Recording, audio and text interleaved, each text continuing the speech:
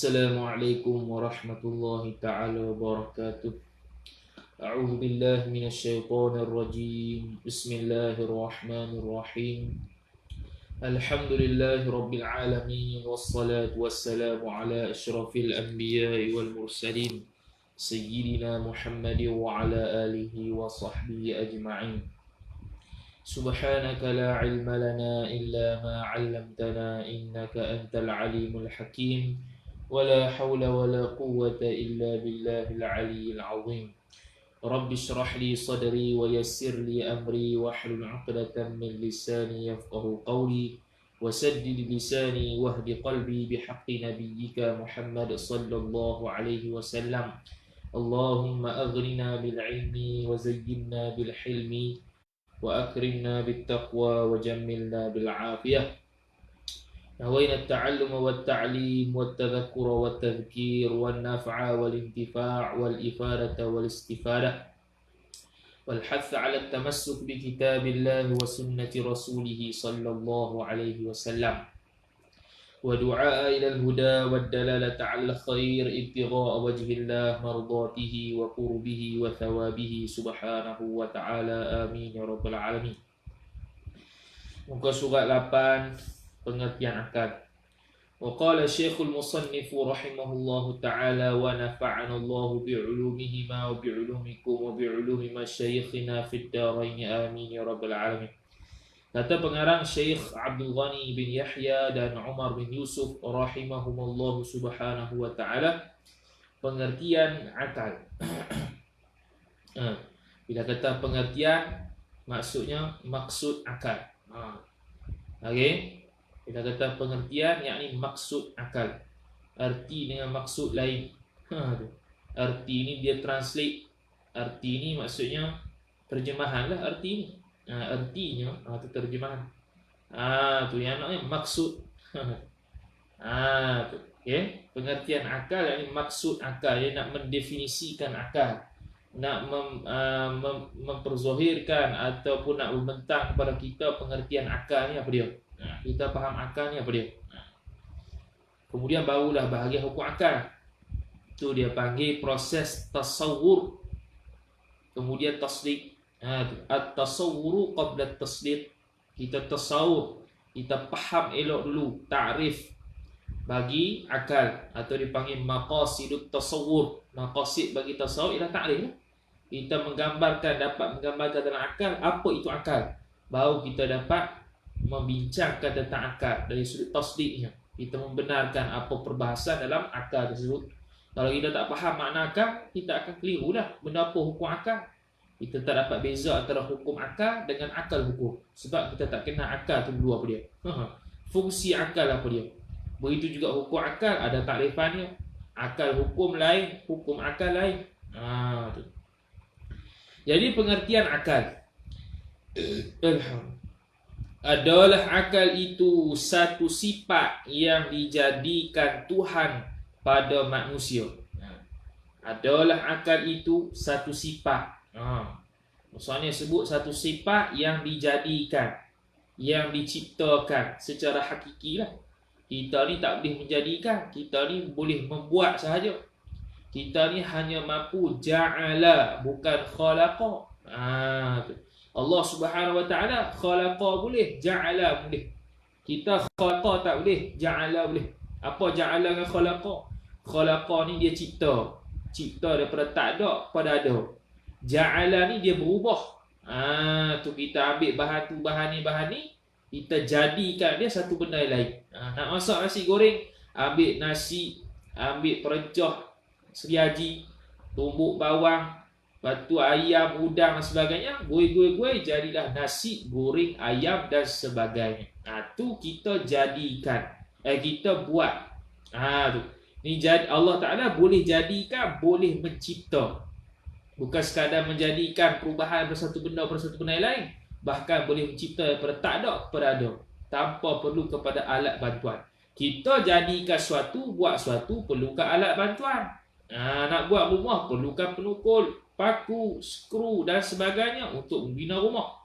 Dengan sifat kudrat kita, Allah Ta'ala buat cipta alam ini dengan sifat kudrat dia, tanpa perlu kepada wasithah lain, alat lain dan bantuan orang lain.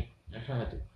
Jadi dijadikan Tuhan pada manusia sehingga dengan akal itu terbeza manusia daripada hayawan.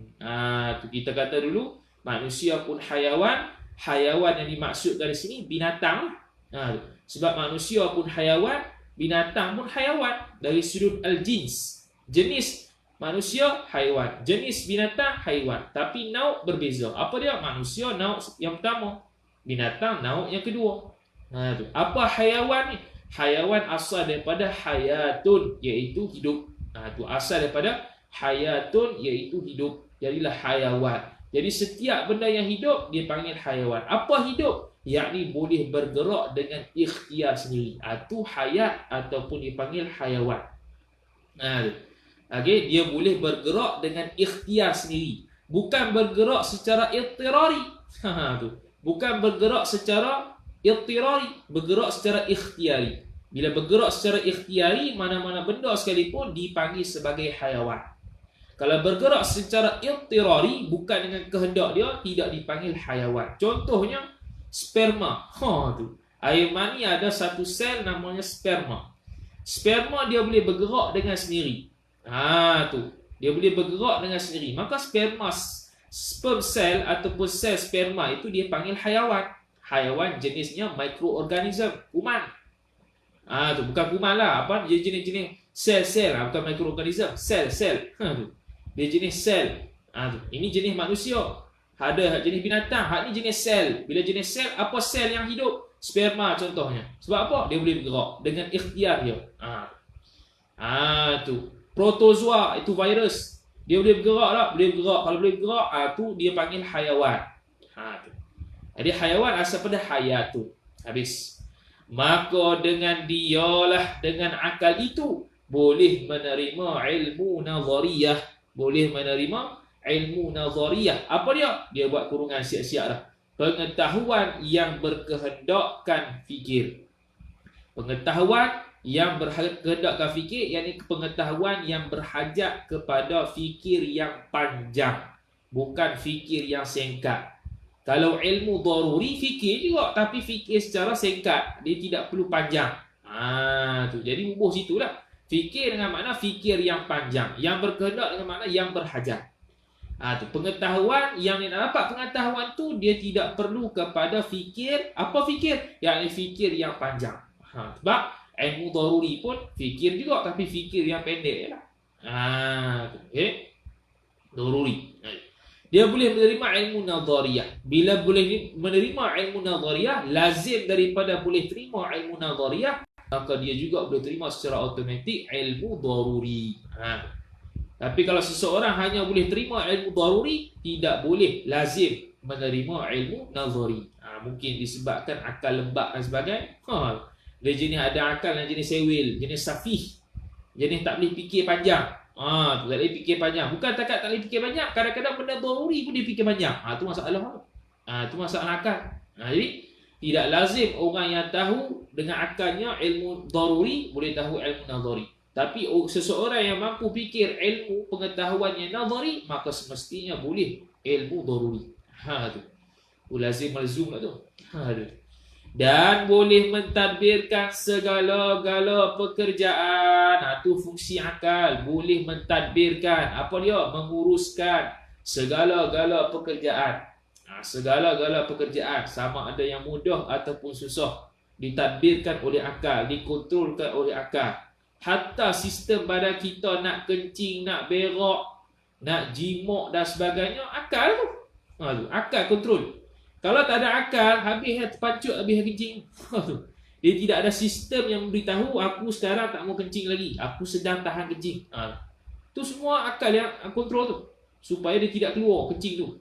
Aku sikit perut ni, tak mau berak lagi, nak tahan sampai tunggu kat tandas pun boleh. Maka nanti bila sampai tandas, akal automatik akan berfungsi untuk mengeluarkan tahi tersebut daripada perut sampai keluar. Tu semua akal lah tu. Dia ada satu sistem yang akal ni yang mampu mengawal reaksi tubuh kita ni bila nak kencing, bila nak berak dan sebagainya. Tu.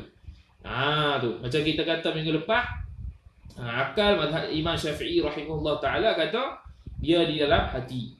Imam Abu Hanifah kata radhiyallahu ta'ala anhu kata akal di dalam otak.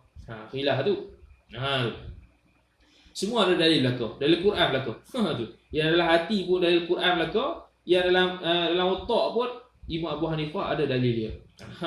Dia khilaf lah tu. Yang nak sabitnya ada akal. Tu. Habis. Itu pekerjaan. Lagi dengan fikiran yang halus-halus boleh mentadbir tu takluk dia dengan fikiran yang halus-halus. Yang halus-halus sifat bagi fikiran. Fikiran yang halus-halus apa dia? Yang sulit-sulit. Dia dah tulis dah. Dan yang sulit-sulit. Tu Athah Muradih tu. Yang halus-halus, yang sulit-sulit. Bila lazim daripada boleh fikir benda yang sulit, maka boleh fikir benda yang senang. Tidak lazim daripada orang yang boleh hanya kepada fikir ataupun benda yang senang, boleh fikir benda yang susah. Itu atas tahap akal masing-masing. Tapi biasa manusia normal boleh menerima ilmu nazari, boleh fikir benda-benda yang sulit. Dan daripada akal itu tempat terbit, tempat keluar dan terpancarnya dhamirul hali wasya'n. Tidak ada dhamir rujuk mana-mana. Dan terpancarnya berbagai-bagai manfaat. Berbagai-bagai manfaat. Sebab itu akal boleh beza antara baik dan buruk. Bagi mereka yang tidak boleh beza baik dengan buruk, maka dia tidak ada akal. Tu sebab itu waktu orang yang buat dosa tu dia tak berakal tu. Dia tak sedar dia panggil. Ya, dia nak juga buat perkara yang buruk, perkara yang maksiat, padahal akal dia boleh tamyiz antara baik dan buruk. Hak ni maksiat ni tak bagus, hak ni taat kena buat, tapi dia tetap buat itu ikut suka dia. Maka dari situ kita tahu dia bukan ikut akal dia masa tu dah. Dia tidak terpandu dengan akal dah masa tu, tapi terpandu dengan nafsu syahwat. Tu. Bila nafsu syahwat, maka buruk tu ikut suka dia, jadi sedap. Tu dia tak nampak benda baik tu lebih sedap daripada benda buruk tu. Tu. Tapi bila terpandu oleh seseorang akal dia terpandu, ini buruk, hal ni baik, maka dia akan buat perkara yang baik, dia akan tinggal perkara yang buruk. Apabila dia buat perkara buruk, baik dia tidak buat, hal tu didorongkan oleh hawa nafsu, bukan lagi akal yang salim. Tu. Jadi mereka yang buat maksiat bukan mereka guna akal mereka tak, guna hawa nafsu mereka. Akal mereka masa tu tidak berfungsi untuk mentamyizkan mana baik mana buruk, mereka tetap buat ikut suka mereka, ikut hawa nafsu mereka. Habis. Dan kebahagiaan bagi manusia, bukan setakat beri manfaat, tapi kebahagiaan lah. Sebab apa? Sebab akal tu boleh beza. Hak ni benda seronok, hak ni benda sedih, hak ni benda aku marah ni. Hak ni benda aku nak maki dah ni. Contoh. Jadi yang mana seronok tu dia boleh membahagiakan manusia. Ibadat boleh membahagiakan manusia. Akal boleh terima bahawasanya ibadat itu benda yang sedap. Tapi waktu orang tak buat ibadat sebab apa? Sebab ikut hawa nafsu. Dia tidak ikut akal yang salim yang telah dikurniakan oleh Allah Subhanahu Wa Taala, tapi dia ikut hawa nafsu. Masa tu jeng. Habis. Tetapi kiranya dhamirul hali wasya'n, akal itu bersendirian. Tetapi kiranya akal itu bersendirian, maka tidak akan dapat akal sejahtera, akal waras dan akal sihat, melainkan yakni akan dapat akal sejahtera, akal waras dan akal sihat itu berpandu kepada undang-undang syarak. Tetapi kiranya akal itu bersendirian, maka tidak akan dapat. Jika kita kata akal saja yang mandu kita tidak dapat. Dikatakan akal tersebut sejahtera, akal yang salim, akal yang waras, akal yang sihat. Sebab apa? Yang pandu kita jadi baik ni bukan setakat akal, bahkan dipandukan oleh syarak. Tu undang-undang syarak. Syarak sama ada syari' majazi atau syari' hakiki. Syari' hakiki Allah Subhanahu Wa Taala, syari' majazi Nabi sallallahu alaihi wasallam. Jadi akal kita tahu ni baik ni buruk, tak pada lagi, melainkan dengan panduan syarak. Sebab apa? Sebab ada mazhab falsafah kata akal ni, ada satu mazhab falsafah, tak ingat dia punya nama. Dia kata apa yang ikut akal ni baik-baiklah. Ikut akal juga, tapi hak diri dia sendiri kata baik-baiklah. Kalau dia dibagi diri tu, bagi diri dia tu kata mencuri tu baik, baik. Hak tu tidak dipandu dengan syarak. Maka akan jadi sesat juga akal tu. Asal akal ni Allah Ta'ala beri untuk boleh beza baik dan buruk, tapi bila tidak dipandu oleh syarak, dia akan jadi sesat juga. Jadi tidak akan dapat akal yang sejahtera, akal yang waras, akal yang sihat, melainkan dipandukan dengan syarak. Syarak tunjuk hak ni baik, hak ni buruk. Akal support betul lah hak ni baik, ni buruk, supaya akal ni terpimpin. Hak ni baik, hak ni buruk sebenarnya, bukan yang mencuri tu baik. Dia terpimpin akal. Akal boleh dapat fikir dengan bebas, tapi secara teratur, secara sistematik yang telah ditentukan oleh Allah Subhanahu Wa Taala. Bukan bebas sebebas-bebasnya. Kita memang bebas akal ni, tapi tidak sebebas-bebasnya. Dia panggil bebas akal dalam panduan lingkungan syarak. Tu. Tapi liberalism dia sebebas-bebasnya. Bebas-bebas, sebebas-bebasnya. Itu salah. Falsafah sebebas-bebasnya. Dia tidak ada lingkungan syarak. Itu salah. Itu batil. Tu. Habis. Demikian juga, begitu juga. Apa begitu juga? Undang-undang syarak macam tu jugalah seperti akal. Tidak dapat syarak tersebut dapat dilaksanakan dengan sempurna. Tu. Demikian juga undang-undang syarak tidak boleh berjalan mengikut yang dikehendaki, yakni yang dikehendaki oleh Allah Subhanahu Wa Taala atas syariat hakiki dan Nabi sallallahu alaihi wasallam atas syariat majazi. Tak dapat dijalankan juga walaupun dah ada perintah, melainkan berhajat kepada akal. Maksudnya syarak perlu pada akal, akal perlu pada syarak. Akal berhajat kepada syarak dari sudut panduan yang selamat untuk dia berfikir. Macam mana yang baik, mana yang baik, mana yang buruk, bukan sekadar panduan akal tak, dia dipimpin oleh syarak. Syarak pula dah tetap dah, ini baik, hak ni buruk. Tu disokong pula dengan akal. Tu. Disokong pula dengan akal manusia yang di kalangan umat Nabi sallallahu alaihi wasallam dan hamba Allah Subhanahu wa taala. Jadi saling berhajat, hajat menghajati. Tu. Bukan Allah Taala berhajat kepada akal manusia, bukan. Hukum tu hukum, diri hukum. Hukum sembahyang wajib tidak dapat dilaksanakan dengan sempurna melainkan seseorang berfikir, seseorang ada akal. Dapat berfikir, bila dapat berfikir ada akal, waras apa yang dia buat ni, dia jadi mukallaf. Bila jadi mukallaf, wajib atas dia untuk melakukan sembahyang dan dia faham apa itu kewajipan sembahyang dengan akal dia. Macam mana fiqh berlaku dalam sembahyang, akal ulama. Dia pula menerangkan kepada manusia, manusia ada akal, akal pun boleh terima orang awam. Maka boleh sembahyang dengan sempurna berdasarkan apa yang telah diperintahkan oleh syarak. Jadi syarak berhajat berakal juga. Tu. Hukum syarak tu berhajat berakal. Sembahyang itu wajib. Macam mana nak buat? Kita kena ada akal supaya kita dapat belajar. Bila belajar dapat tunaikan dengan sempurna. Tu. Jadi syarak saja tidak memadai melainkan ada akal. Akal saja tak memadai melainkan ada syarak juga. Itu bezanya. Walhasil. Dia pakai bahasa Arab pula. Walhasil, yakni kesimpulannya, ringkasnya, antara kedua-duanya itu, yakni antara syarak dan akal itu berlazimat. Lazim malzum lah. Maksud apa lazim malzum? Dia panggil la yanfakku. Tu la yanfakku, tidak bercerai. Tak boleh cerai. Maksudnya tidak boleh tinggal akal seseorang diri ataupun nak tinggal syarak seorang diri. Tak boleh. Dia mesti akal dengan syarak sekali. Syarak mewajibkan mengenal Allah Subhanahu wa taala. Itu wajib pada syarak mengenal Allah Subhanahu wa taala, itu Asy'ariyah. Mazhab Maturidiyah kata dengan akal juga, Mu'tazilah dengan akal juga, tak apalah. Kalau Asy'ariyah kata wajib kenal Allah dengan syarak. Macam mana nak kenal Allah Taala tu? Berhajat pada akal. Berhajat pada akal untuk kita belajar macam mana cara nak kenal Allah. Belajar sifat 20. Sifat 20 ada buku akal pula. Mana hak wajib, mana mustahil, mana harus.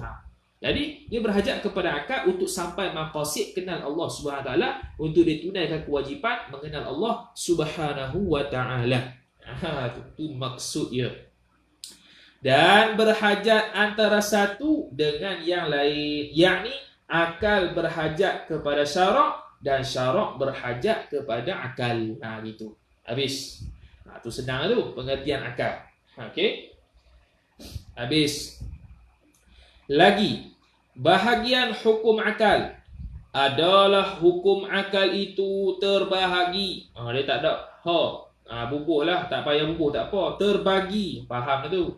Terbagi, yakni terbahagi kepada 3 bahagi. Terbagi kepada 3 bahagi. Yang 3 bahagian lah. Kerana adalah akal itu, elak berkata kenapa 3?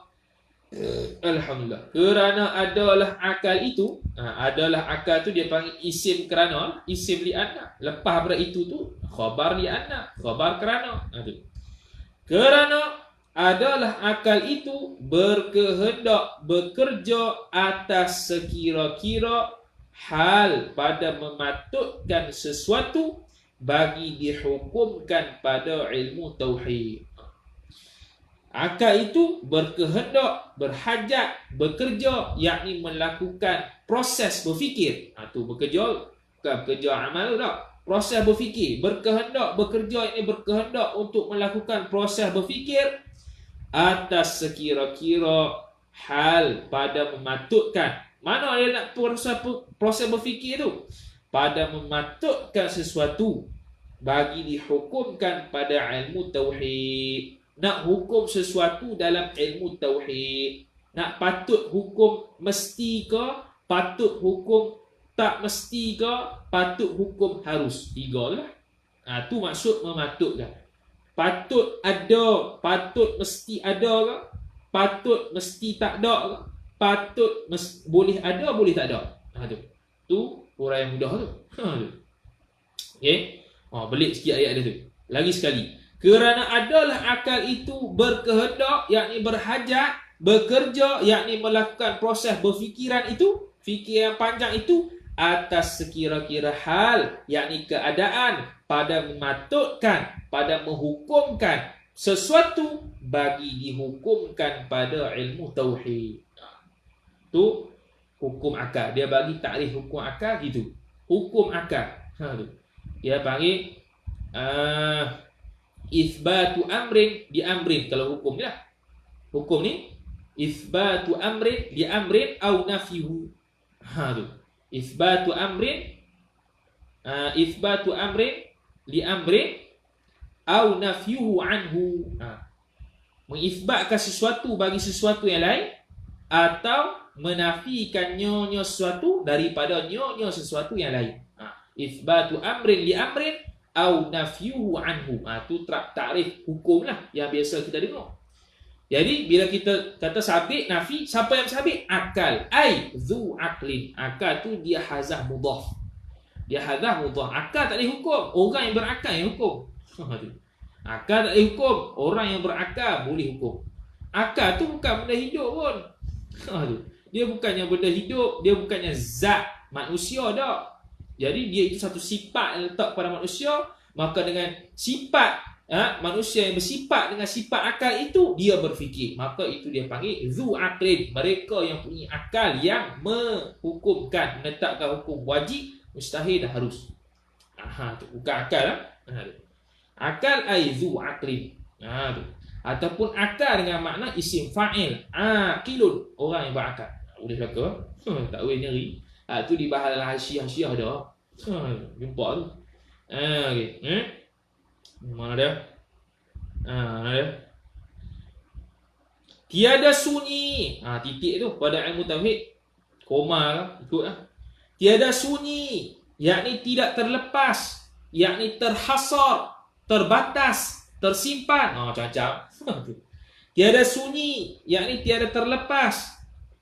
Tu tersimpan, hanya saja, terbatas, terhad daripada 3 perkara. 3 perkara yang aku akan. Iaitu 3 perkara.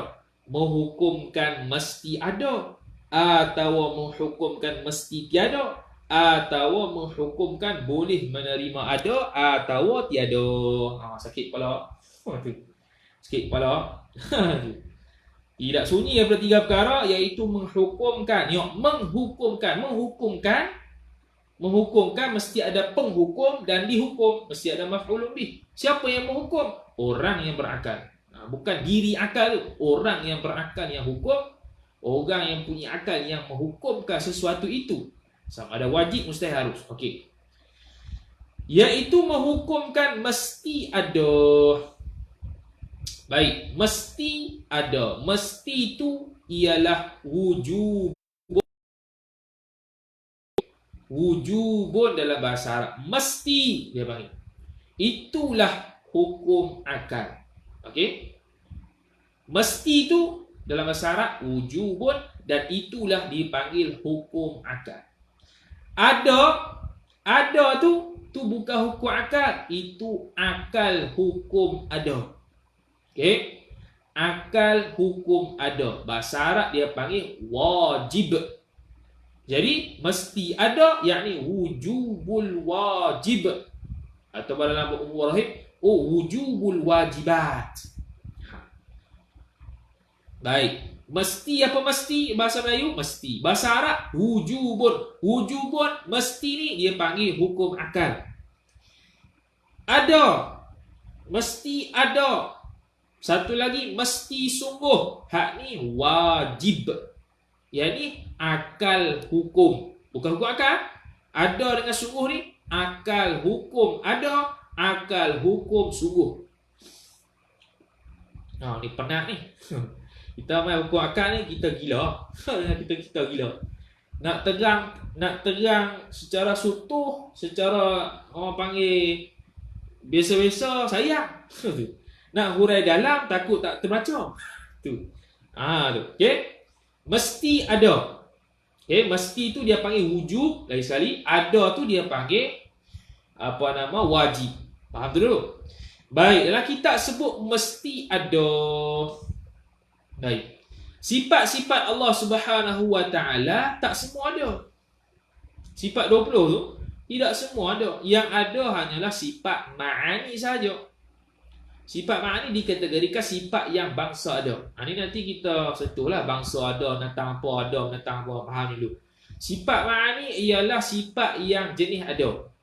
Sifat kidam, baqa, wujud dan sebagainya, dan sifat maknawiyah, sifat nafsiyah dan sifat salbiyah, itu tak ada di Allah Ta'ala, tapi sungguh. Sungguh. Baik, alamat macam mana nak kenal sungguh dengan ada pula? Beza. Sungguh ini ialah dia hanya dapat di zihin sahaja. Dapat faham di zihin, di akal sahaja. Bahasa akidah dia panggil zihin, dia tak panggil akal.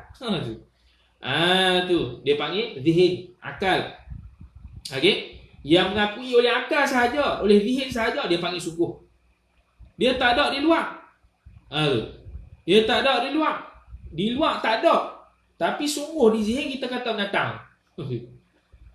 Ni tak masuk lagi menurut itibari tak masuk lagi. Kita faham bahasa Melayu dulu. Faham bahasa Melayu ni elok, baru nanti kita akan datang tu menurut itibari dengan hal apa pula beza. Ni kalau tak faham ni mampu tu. Tak faham ni mampu Okey? Apa nama tadi? Ada. Kalau apa pula kategori ada? Ada ni dia boleh cerak salah satu daripada panca indera. Mana-mana panca indera? Penyentuh, sentuh dengan tangan, pekecak dengan lidah, penghidu, pendengaran, penglihatan. 5 tu. Pekecak, penghidu, penglihatan, pendengaran, pesentuh. Pejabat lah. Dalam bahasa kitab, pejabat, bukan pejabat pos tu. Jabat tangan. Okey. Salah satu dapat dirasa ni, maka dia panggil ada. Bila kata ada, sabit di zihin, dia panggil ada lagi sungguh. Setiap perkara yang ada mesti sungguh, tapi tak semua benda sungguh mesti ada. Okey. Nasi ayam itu sedap. Nasi ayam itu sedap. Nasi ayam ada tak? Ada. Sebab apa? Boleh sentuh, boleh tengok. Boleh tunjuk. Tengok tu bukan maksud kita hanya tengok tak. Bila kita tunjuk tu kena pada nasi tu. Tu. Kena pada nasi tu. Ke dia panggil nasi ayam tu ada lagi sungguh. Sedap tak ada. Dah dengan pekecak dia. Pekecak lidah ni hanya rasa masam, manis, pahit, kelat dan sebagainya. Sedap tak? Sebab sedap ni dia panggil subjektif. Sebab apa? Kalau coklat pahit, sedap tak? Tak sedap. Tapi kalau coklat manis, sedap. Mana boleh faham sedap tak sedap tu? Akal. Oh, coklat ni sedap lah. Sebab apa sedap? Manis lah. Tengok. Rasa manis. Sedap, faham. Kadang orang tak boleh faham ni. Kadang orang kata sedap tu pekecak ke. Tak. Sedap ni dia faham. Tu. Ikan, apa lagi? Ikan masin. Ikan masin, sedapnya ikan masin tu apabila dia masin. Kalau dia manis tak sedap dah. Dia masam tak sedap dah. Tu. Jenis ikan masin, waktu dia masin itulah sedap. Waktu selain pada masin, tawak habiak ke, tu tak sedap dah. Tu. Boleh faham. Jadi sedap tu subjektif. Jadi sedap tu dia perkara yang sungguh kita faham. Tawa, pahit, manis dan sebagainya, tu benda yang ada. Benda yang ada cuma tak nampak lah. Benda yang ada sebab apa? Sebab kita boleh kecak dengan lidah. Busuk sampah itu. Sampah tu ada ke tak? Ada. Kita boleh tunjuk. Bila kata ada, lagi sungguh. Tapi bila kata busuk, ada ke tak busuk? Ada juga. Sebab apa busuk ada? Sebab kita boleh hidup. Oh, busuknya. Dia punya udara, dia punya busuk tu ada. Sebab apa bila kata ada? Sebab kita hidup.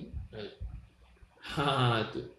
Jadi sepatutnya ibarat sini mesti ada, kita kena kata mesti ada, yakni mesti sungguh. Sebab sifat Allah Subhanahu Wa Taala tak semua ada. Hanya sifat ma'ani sahaja yang ada. Sifat lain sungguh belaka. Jadi wujubul wajibat. Macam mana kita nak terjemah wujubul wajibat ataupun wujubul wajib lah. Okay? Wujub terjemahnya dua. Sama ada mesti sungguh atau mesti ada. Okey? Mesti sungguh ataupun mesti ada. Wujub. Mana yang sungguh tu? Sungguh lebih umum lah.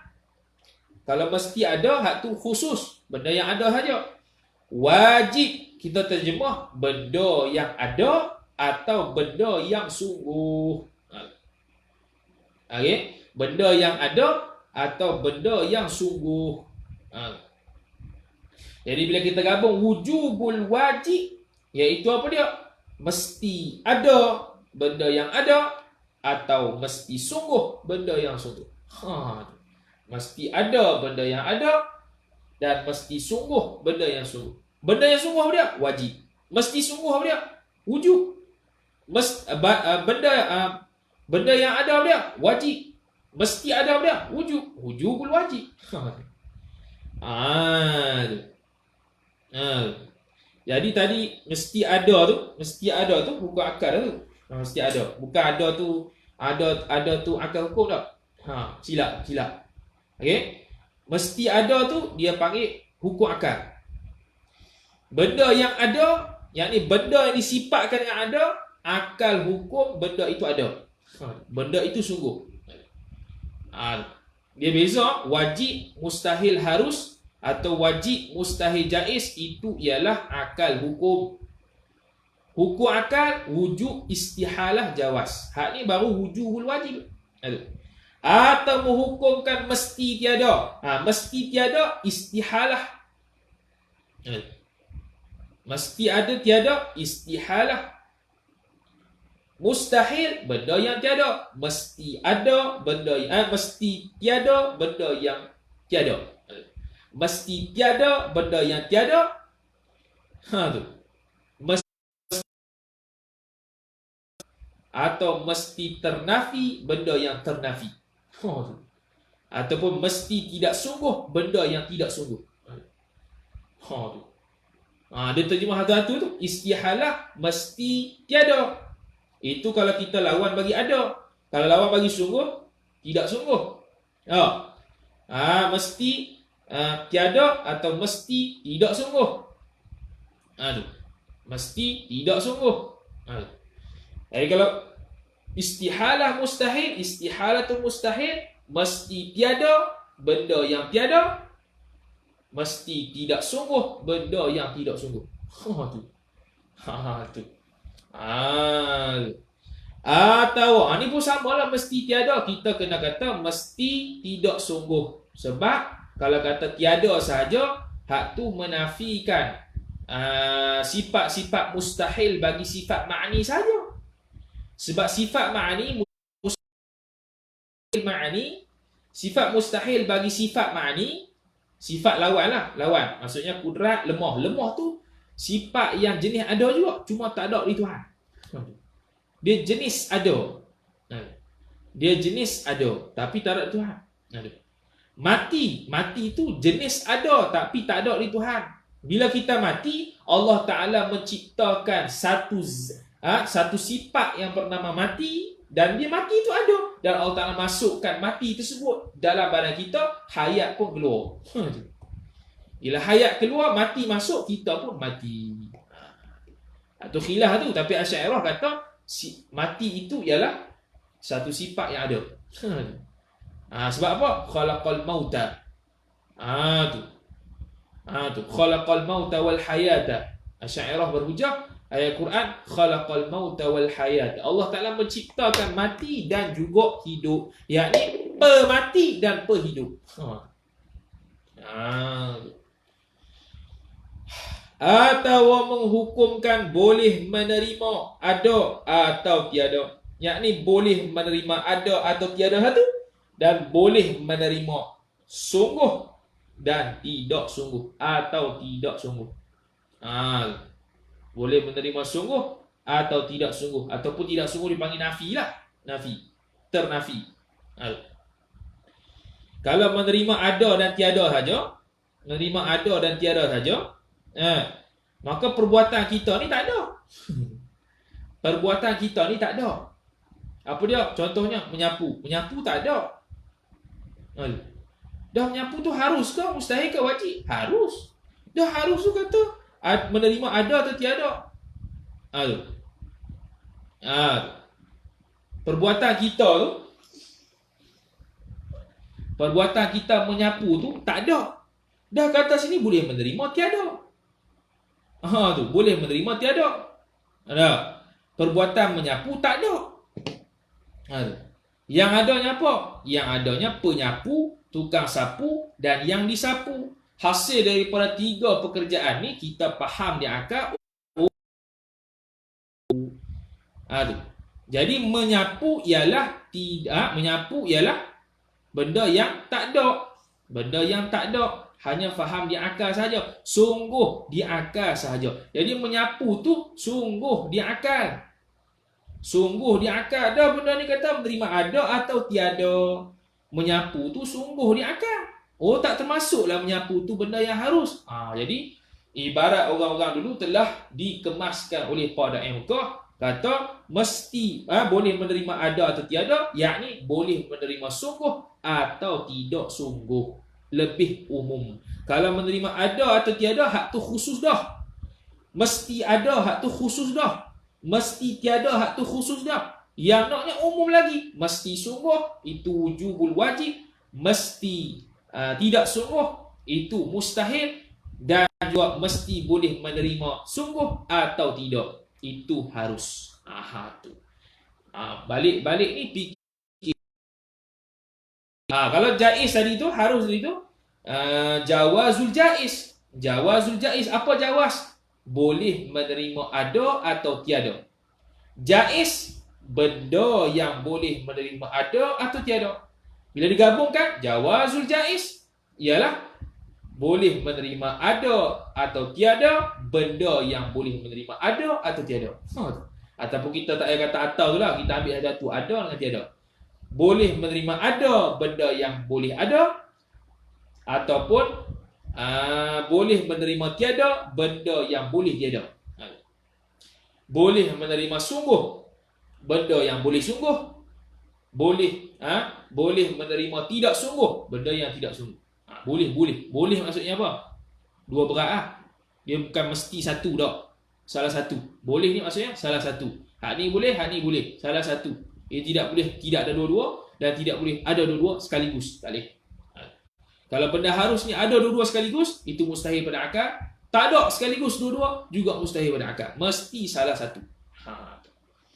Habis. Yang pertama disebut wajib akli. Hak ni kalau hak ngaji ngaji apa nama Baqarah tu yang kita ni. Nampak ah. Kita terang tu. Tu. Itu terang kita terang sekali tu. Tu. Balik ni sehari ni ulanglah balik video ni. Tu. Okey. Perkara wajibul wujubul wajib, istihalatul mustahil, jawazul jaiz. Istihalah tu hukum akal, mustahil akal hukum. Wujub hukum akal, wajib akal hukum. Jawaz hukum akal, jaiz akal hukum. Wallahu a'lam. A'udzu billahi minasyaitonir rajim. Bismillahirrahmanirrahim. Alhamdulillahirabbil alamin wassalatu wassalamu ala asyrafil anbiya'i wal mursalin sayyidina Muhammadin wa ala alihi wa sahbihi ajma'in.